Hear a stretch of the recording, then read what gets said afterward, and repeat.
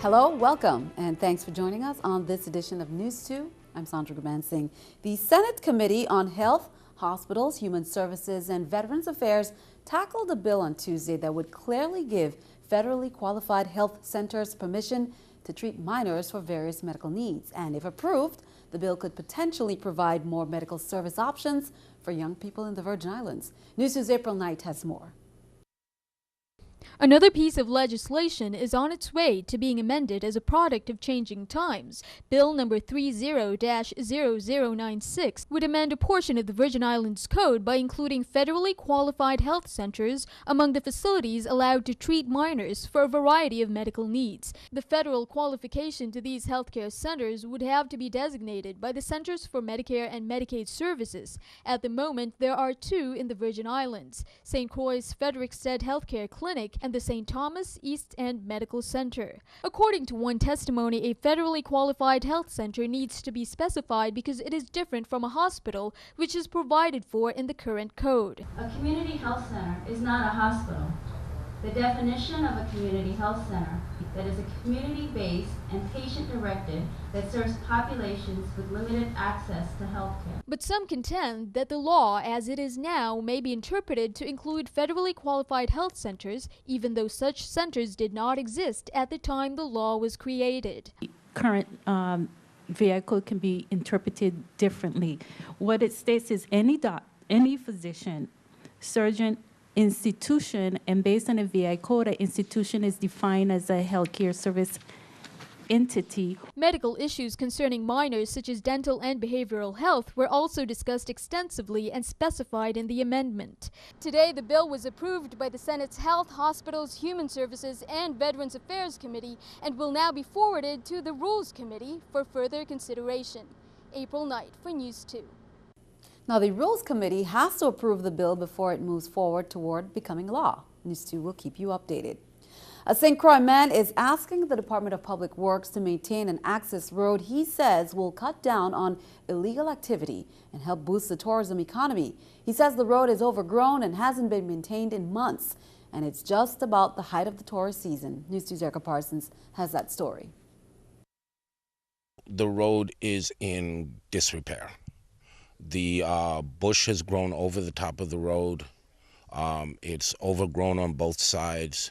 There are 5 to 6 burned out vehicles. Jason Rames has spent most of his life on the West End. He has a farm near the top of Scenic Road that he's trying to restart, but he has to plow his way through to get there. I need access to the road in order to get up to where my farm is. It's kind of hard because with all of the debris on the road, I'm most of the time unable to get up there. A good portion of the road is paved, though it's not widely used, but Rames said tour groups and hiking clubs have frequently used it in the past. For the gentleman who's in charge of Frederiksted, Mr. Bermudez, to tell me that it's not a priority and it's not a road that people use, I think that's just because he's never been out here. Rames said people are quickly discouraged when they come looking for Route 78 and they see the condition it's in. He said complaints to Public Works to maintain the green space and remove the abandoned vehicles haven't gone anywhere. I've sent emails out to the Commissioner of Public Works. I have a friend who has the governor's email address, and she CC'd a copy of my email to him, but I haven't gotten any response from anybody. Commissioner Darrell Small says he wants the public to know they're making every effort to address the roads with the resources they have. All the roads throughout the territory are a priority of the Department of Public Works. Recognizing that we have many roads that are more traversed than others, our focus right now has been on those roads that have the most traffic and the most pedestrians. When we asked, Rames said he understood the fiscal bind the government is in, but he's not asking for monthly maintenance. If they come out and they clear it once and they do a complete job, then, once every 4 months, 5 months, maybe even 6 months, just come out so it doesn't end up looking like this anymore. Erica Parsons, News 2. November 18th and 19th. Those are some important dates for those who work in the tourism industry. One of the world's foremost experts in service excellence, Dr. Brian Williams, will return for the annual U.S. Virgin Islands Department of Tourism's customer service training sessions. The sessions, which come on the heels of the 4th annual Small Hotels and Business Development Conference, and that's from November 12th to the 14th. It will be held on Monday, November 18th at the University of the Virgin Islands Great Hall in St. Croix, and on Tuesday, November 19th at the Frenchman's Reef Marriott Beach Resort on St. Thomas. Now, Dr. Williams has provided training and consulting services to hundreds of organizations, and to register, you can call 340-772-0357. Jelani Latham was arrested on October 23rd on St. Thomas and charged with second-degree rape. Police said Latham, who is 27 years old, had sexual relations with a 17-year-old female minor. Latham was arrested about 1 p.m. and placed on a $50,000 bail. He was remanded to the Bureau of Corrections pending further court action.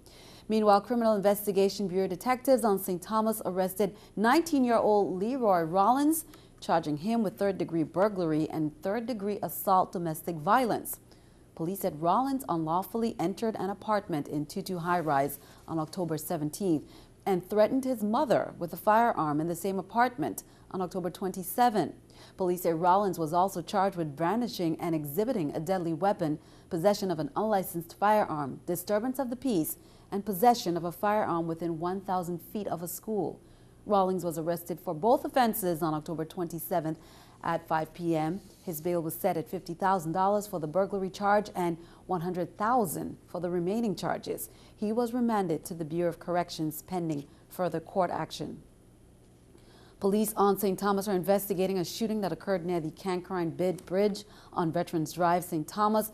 The victim in this case told police someone fired shots at him while he was driving his car in the area. The victim said about 11:30 p.m. on October 25th, he was stopped at the traffic light when another vehicle pulled up beside him and someone inside fired multiple shots at him, causing him to flee his car by exiting through the passenger door. The victim was treated at the Schneider Regional Medical Center for a laceration to his right leg that occurred as he was exiting his vehicle.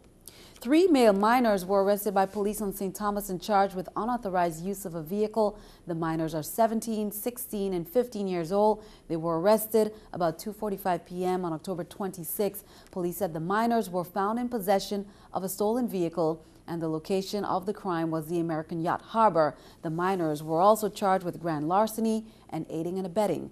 The suspects were arrested and processed and then released to the custody of their parents, pending further action by the juvenile court.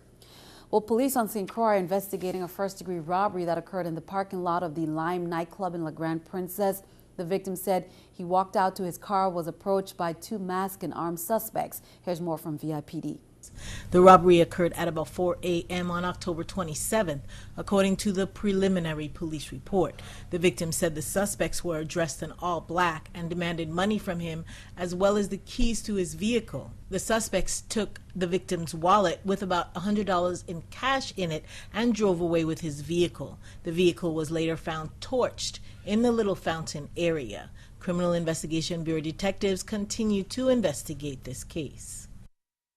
Judge James Carroll addressed the Rotary Sunrise Club today on violence and its effects. He was invited as part of the club's Practice Peace initiative. Carroll shared how violence touched him personally when his son, Jason Carroll, fell victim to gun violence at age 18.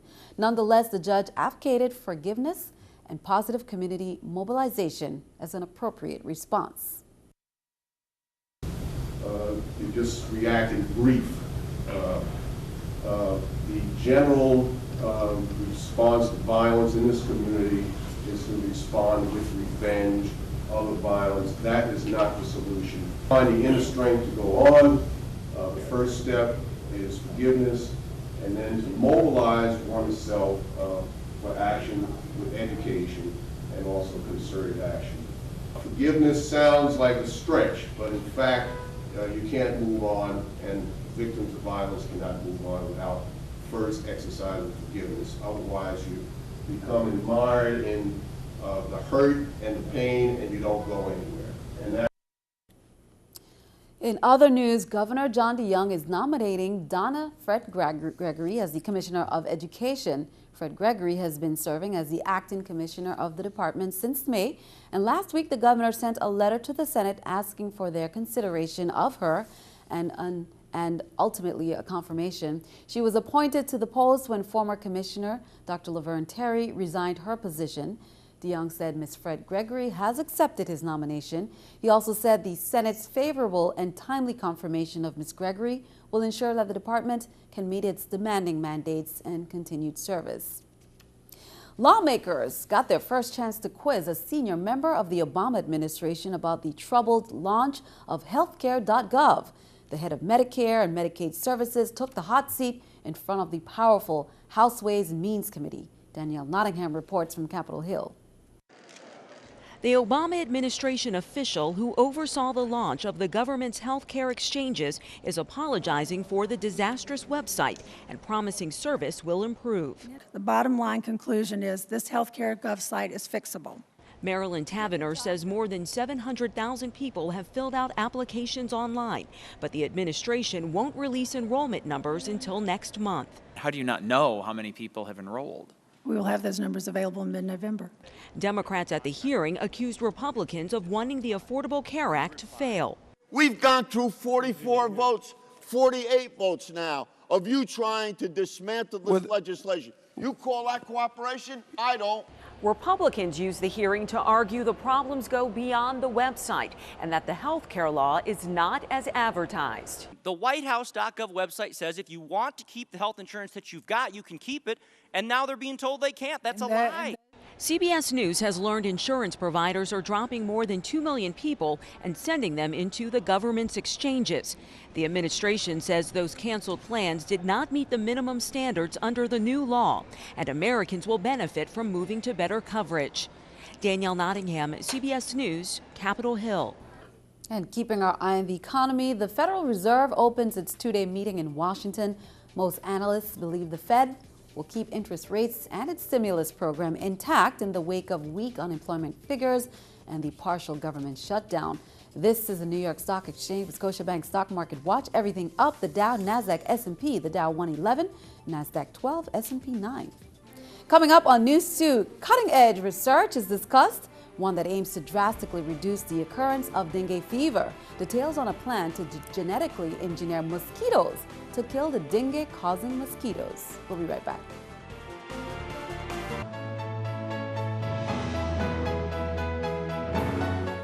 Because of the federal government shutdown, the benefits counselors who service our veterans in the Virgin Islands were unable to travel. So beginning November 3rd through the 9th, 2013, from 9 a.m. to 4:30 p.m., benefits counselors will be in both clinics. Each clinic will have a counselor for that entire week. Veterans who wish to file claims or have claims pending should visit these clinics any day during that week. For further information, you can call the Veterans Affairs offices at 774-6100 or 773-6663. The Charlotte Kimmerman Cancer Institute saw a little more activity than usual today. The institute invited cancer survivors on the island to come in for a day of pampering and relaxation. The patients also received some serenading from the Princeton Wildcats, a group of a cappella singers from Princeton University.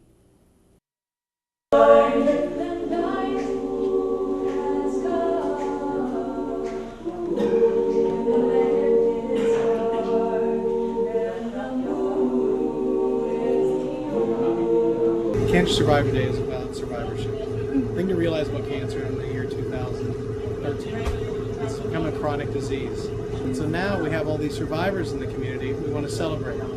So where I was before, we had a Survivor Day once a year. So manicures and pedicures is probably what they're enjoying the most. They really like to get those things done. I've seen a lot of the men patients getting the manicures too, which I said, hey, that's fine, enjoy it. Health authorities around the world are struggling to combat the mosquito that spreads the dengue virus, and the University of the Virgin Islands hosted 2 lectures on cutting-edge research designed to drastically reduce the occurrence of the dengue fever. News2's Shanika Robertson has details. The University of the Virgin Islands hosted lectures on both campuses on cutting-edge research designed to drastically reduce the occurrence of dengue fever. We've had meetings, public lectures on both islands as a way of exposing the public to different approaches to how you can combat this very debilitating disease, dengue fever.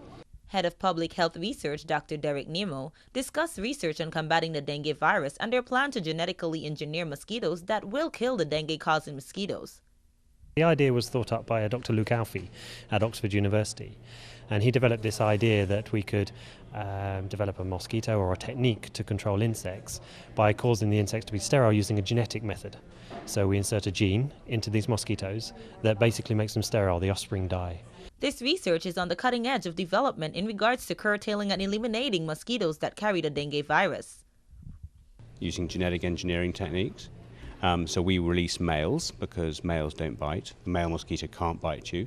So the male will go out, will mate with the females, and then the female, instead of producing 50 or up to 500 eggs in her lifetime, will still produce the same number, but they will die before they reach adulthood. Health authorities around the world are struggling to combat the mosquitoes that spread the dengue virus, and Oxitec's approach exclusively targets the dengue-carrying mosquito in a way that is both effective and environmentally sound. There's no other control method at the moment that works.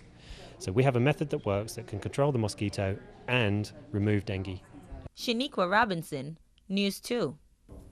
It is important to keep in mind, for the community to keep in mind, that the disease caused by dengue fever can be life-threatening, and deaths have occurred in the USVI because of these infections.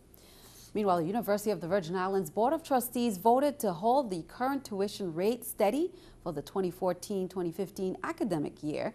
They also approved a new method to link the university's key performance indicators to the strategic plan and set the 2014 fundraising goal to $3 million, which is approximately 15% higher than the cash amount raised in fiscal year 2013. The board also voted to set the alumni given rate at 50%, which puts UVI as the historically black college and university with the highest rate.